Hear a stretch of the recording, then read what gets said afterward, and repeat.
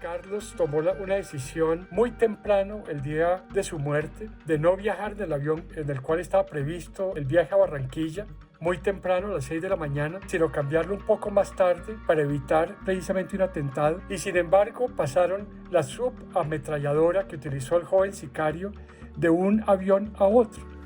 Y los únicos que sabían que Carlos había tomado esa decisión de cambiar el vuelo eran los del DAS.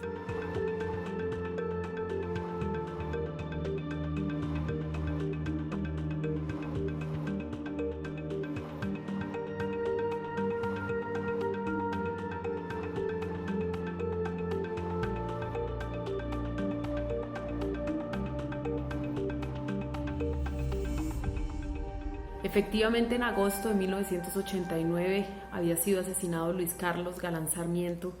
En marzo de 1990 fue asesinado Bernardo Jaramillo.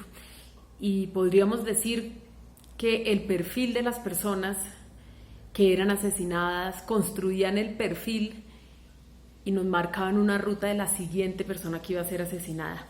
Había una estrategia para asesinar a todas aquellas personas que luchaban contra el narcotráfico, pero también aquellas personas que planteaban o que tenían posibilidades de llegar a la presidencia de la República desde sectores distintos a los sectores tradicionales en esa trágica campaña presidencial.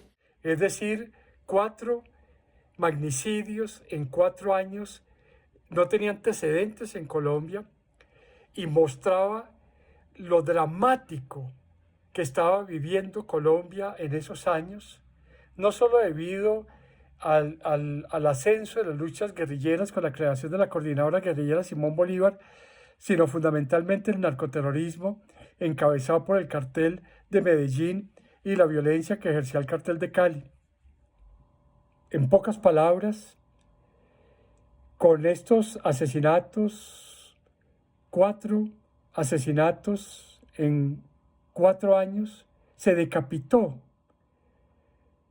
totalmente un nuevo liderazgo político que estaba emergiendo en Colombia. Jaime Pardo Leal hubiera podido renovar profundamente al Partido Comunista.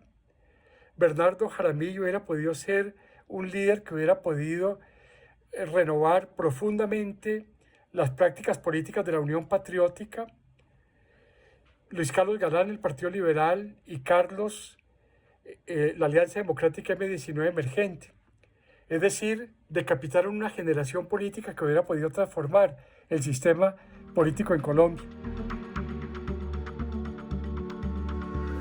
Ese es precisamente él, cuando asume la comandancia del movimiento 19 de abril, quien avanza de manera más efectiva hacia la construcción de la paz, una paz que el M19 venía buscando de manera insistente desde 1980 y que se concreta en 1990 con la firma de ese acuerdo el 9 de marzo de ese año.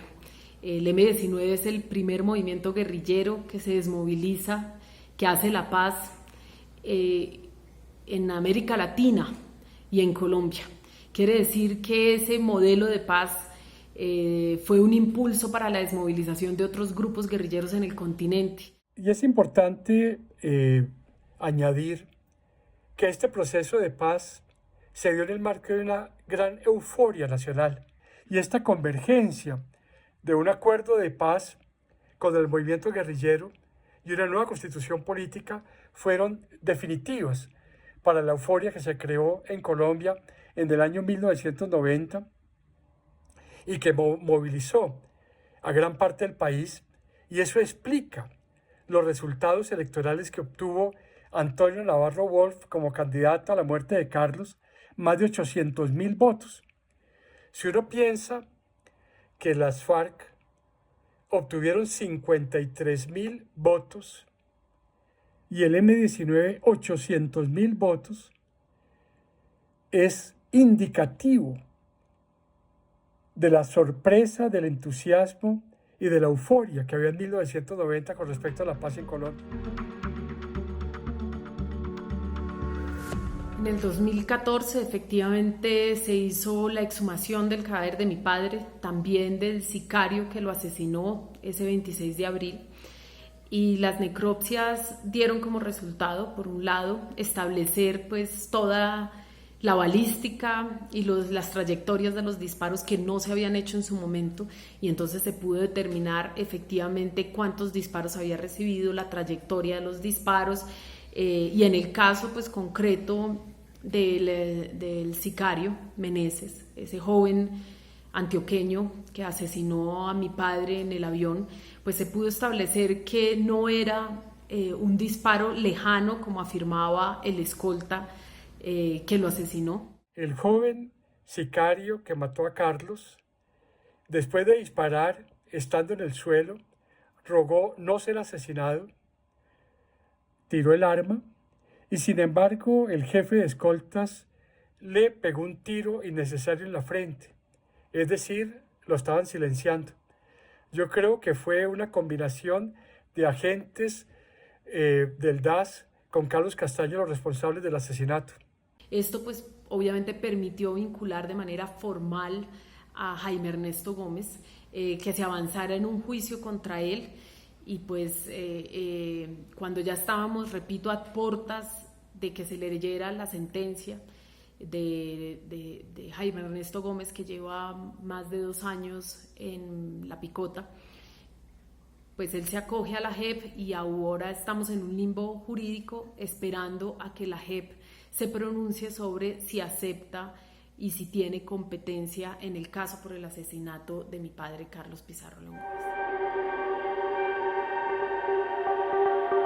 Si uno piensa en el asesinato de John F. Kennedy, o en el asesinato de Martin Luther King, o en el asesinato de Álvaro Gómez Hurtado, o tantos otros magnicidios, nunca se resuelven, porque hay tal mezcla de intereses complejos, de intereses de múltiples sectores que complotan para que haya desviación de la investigación, pruebas falsas, testigos falsos. Porque quieren mantenernos y viven de los ciclos de la guerra, viven de la impunidad, viven de la corrupción, y por lo tanto la verdad definitivamente nos llevaría por senderos completamente distintos a los que hemos venido transitando.